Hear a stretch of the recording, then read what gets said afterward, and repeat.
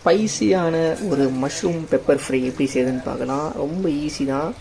கடுகு எண்ணெய்லாம் போட்டு கருவேப்பிலையெல்லாம் போட்டுட்டு ஸ்லைஸ் பண்ண ஆனியனை அப்படியே நறுக்கினதை வந்து போட்டுக்கோங்க. இது நல்லா கோல்டன் ப்ரௌன் ஆகிற அளவுக்கு நல்லா சாட்டே பண்ணிக்கோங்க.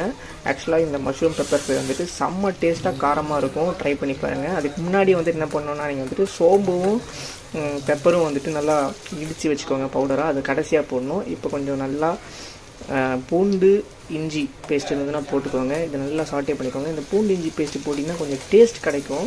ஸோ அதுக்காக தான் இதை போடுறோம். இதுக்கப்புறமா வந்துட்டு நம்ம தக்காளி போட்டுக்கலாம்.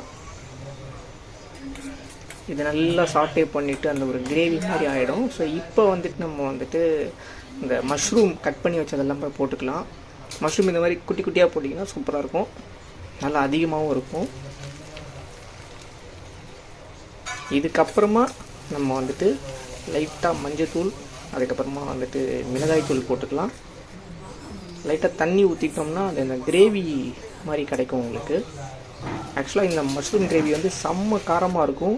ட்ரை பண்ணி பாருங்கள். எனக்கே வந்துட்டு சாப்பிடும்போது செம்ம காரமாக இருந்துச்சு. உங்களுக்கு காரம் பத்தலாம் வேண்டாம் அப்படின்னா கொஞ்சம் கம்மி பண்ணிக்கோங்க. ஸோ இப்போ வந்துட்டு மஞ்சத்தூள் போட்டாச்சு. அதுக்கடுத்து லைட்டாக தண்ணி ஊற்றிக்கலாம். அப்போ தான் அந்த கிரேவி தீயாமல் இருக்கும். அதுக்கு தான் நம்ம தண்ணி ஊற்றுறது. இப்போ வந்துட்டு லைட்டாக மிளகாய்த்தூள் போட்டுக்கலாம். காஷ்மீர் மிளகாய்த்தூள் இருந்ததுன்னா இன்னும் சூப்பராக இருக்கும். நான் வந்துட்டு காஷ்மீர் மிளகாய்த்தூள் தான் போட்டிருக்கேன். நல்லா கிரேவி ஆன பிறகு உப்பு லைட்டாக போட்டுக்கலாம்.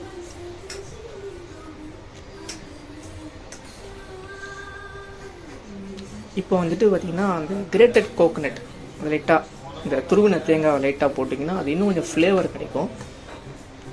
அதையும் போட்டு நல்லா சாட்டே பண்ணிக்கலாம். இப்போ வந்துட்டு நம்ம பொடி பண்ணி வச்சு இதுக்கு முன்னாடி புளி தண்ணி இருந்தால் அதை கரைச்சி ஊற்றிக்கோங்க.